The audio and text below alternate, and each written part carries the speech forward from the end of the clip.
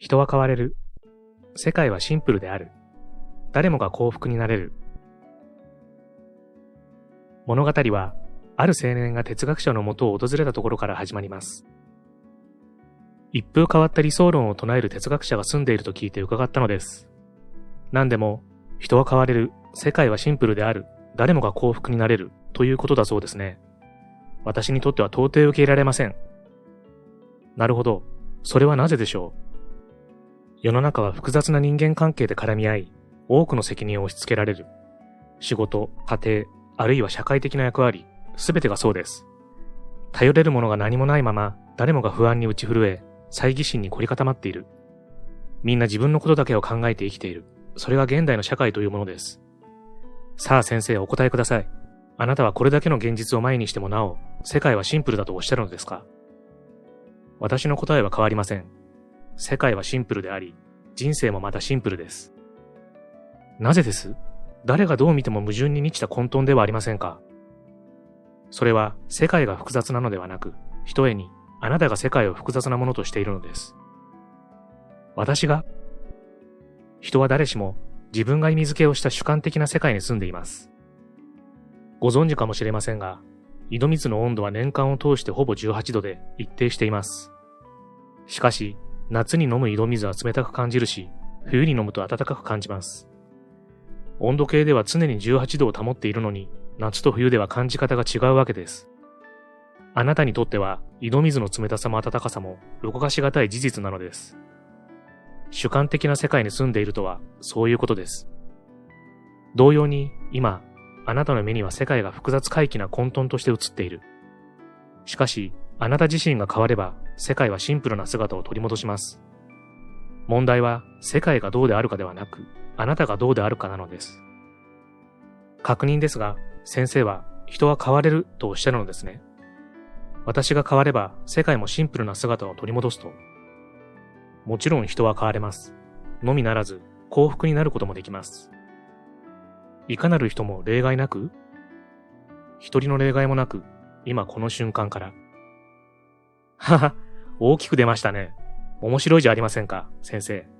今すぐ論破して差し上げますよ。私は逃げも隠れもしません。ゆっくりと語り合っていきましょう。長い夜になります。熱いコーヒーでも用意しましょう。こんにちは、ハピケンことハッピー研究所の翔です。今回はずっと取り上げたいと思っていたこの本、嫌われる勇気をご紹介したいと思います。この本は世界累計500万部を超えるベストセラーで、フロイト、ユングと並んで心理学の三大巨頭と称されるアルフレッド・アドラーの著書になります。とにかく自分の中の今までの考え方を180度変えてくるような内容になっています。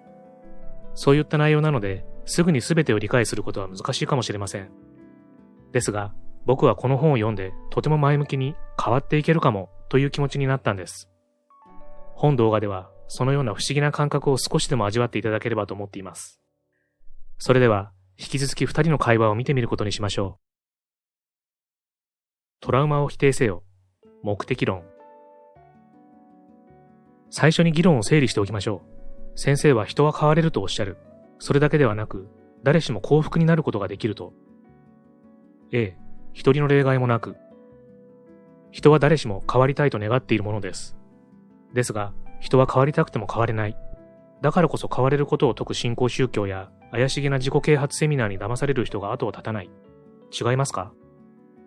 では逆に聞きましょう。あなたはなぜそんなに人は変われないと主張されるのですか？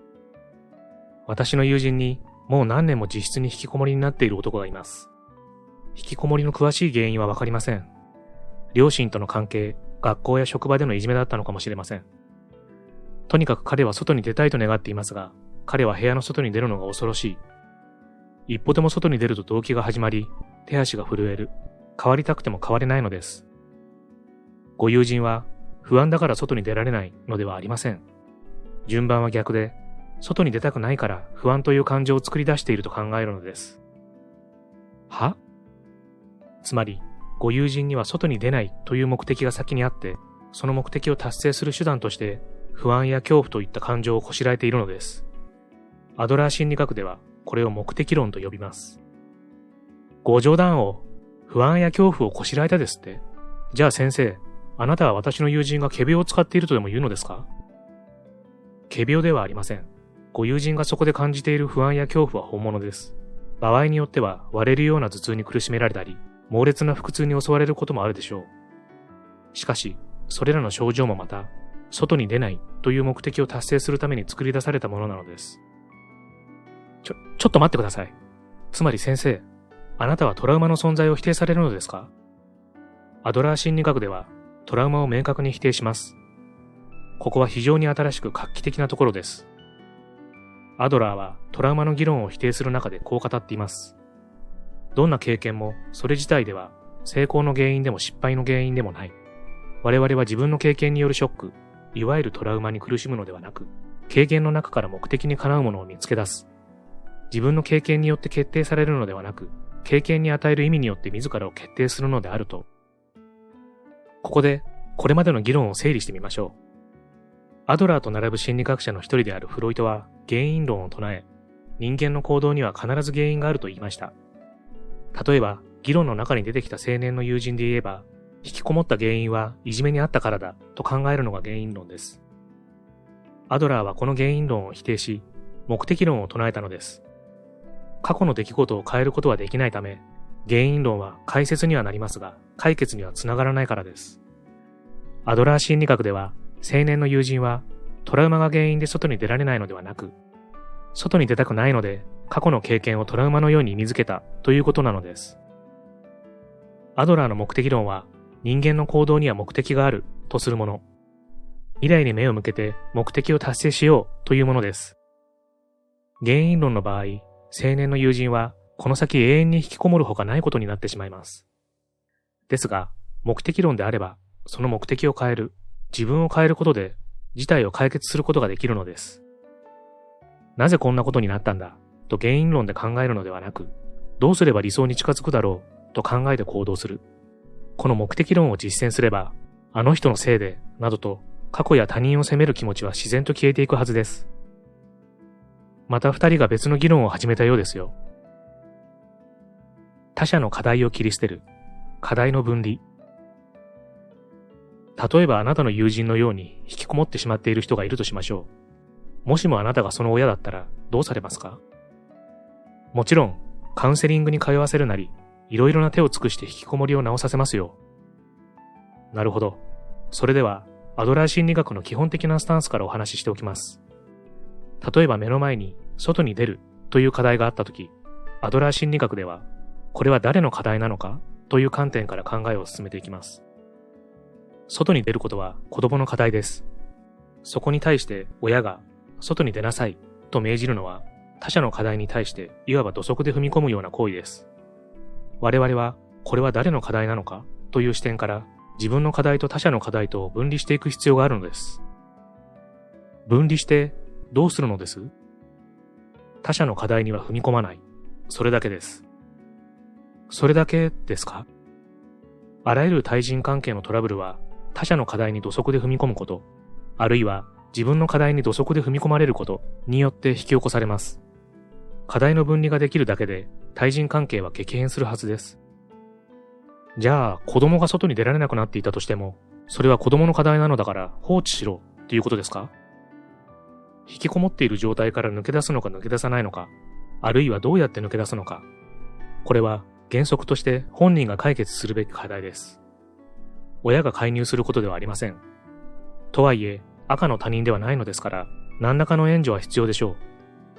この時、最も大切なのは、子供が窮地に陥った時、素直に親に相談しようと思えるか、普段からそれだけの信頼関係を築けているかになります。いや、理屈は理屈でわかりますが、そんな議論には感情が追いつきません。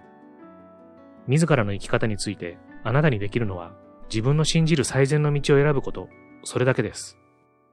一方で、その選択について他者がどのような評価を下すのか、これは他者の課題であって、あなたにはどうにもできない話なのです。まずは、これは誰の課題なのかを考えましょう。そして、どこまでが自分の課題で、どこからが他者の課題なのか、課題の分離をするのです。他者の課題には介入せず、自分の課題には誰一人として介入させない。これは対人関係の悩みを一変させる可能性を秘めたアドラー心理学ならではの画期的な視点になるんです。他者の評価を気にかけず、他者から嫌われることを恐れない勇気を持つこと。この嫌われる勇気を持ち得たとき、あなたの対人関係は一気に軽いものへと変わるでしょう。ここでこれまでの議論を整理してみましょう。課題の分離とは、他人の課題に踏み込まず、自分の課題にのみ集中するということです。心が乱される出来事は様々ありますが、その中身を見ていくと、自分がコントロールできることとできないことに分かれます。例えば、自分の態度や言葉、気持ちは自分自身でコントロールすることができます。しかし、他人の態度や言葉、気持ちはコントロールすることはできません。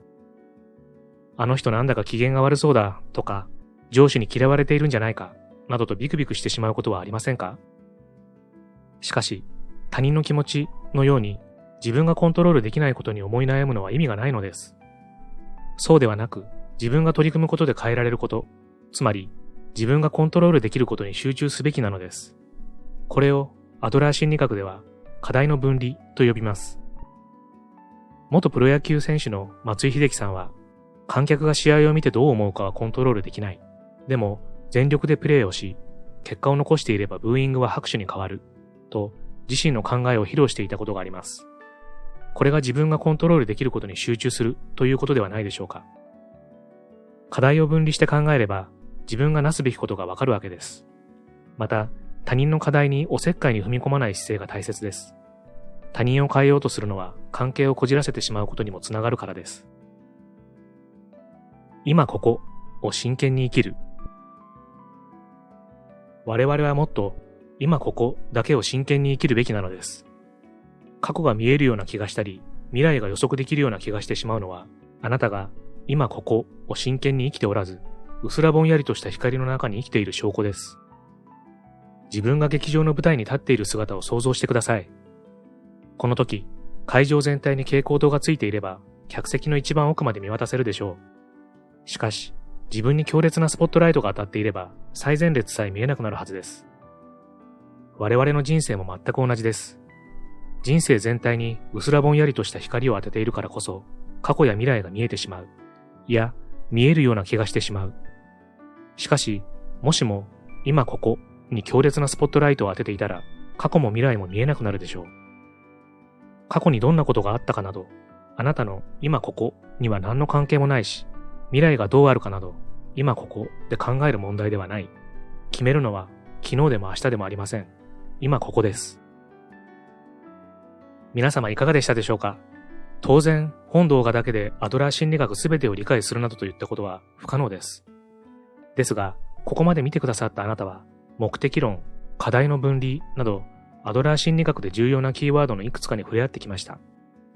少しでも興味が出てきたら、ぜひ本書を読んでみてください。軽い気持ちでも十分、人生のスパイスになること間違いなしです。最後までご視聴ありがとうございました。これからも皆様の幸せづくりに役立つ情報をまとめていきたいと思いますので、チャンネル登録や高評価をしていただけるととっても嬉しいです。また次回の動画でお会いしましょう。皆様に幸せが届きますように。